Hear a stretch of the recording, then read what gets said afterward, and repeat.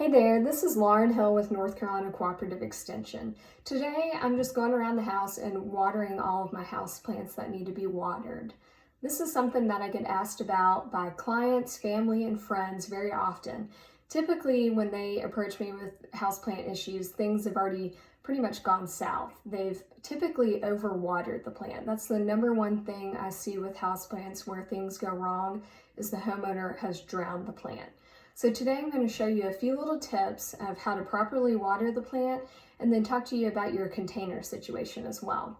So today I've got a beautiful pothos. This is a very easy houseplant to care for, and I've brought it over to the sink in my kitchen. That's pretty much where I water all of my plants.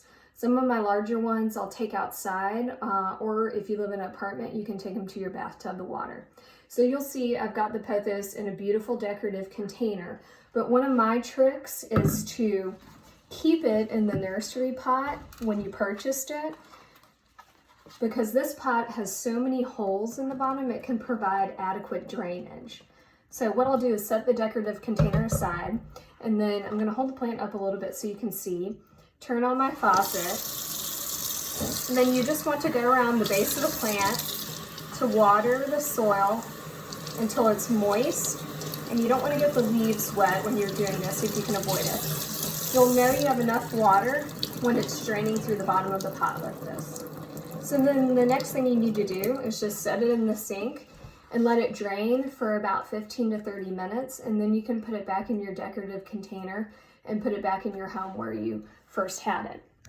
So some other plants that are great for homes, easy to care for houseplants, are the snake plant and the peace lily.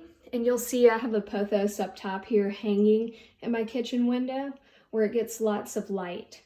So houseplants have different requirements. Some are very easy to care for. Some don't require much watering, like the snake plant doesn't need much watering at all.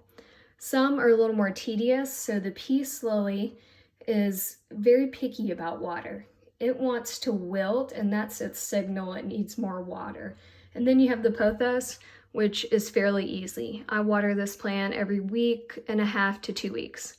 If you have any questions about taking care of houseplants, just send me an email at lauren_hill@ncsu.edu. Thanks.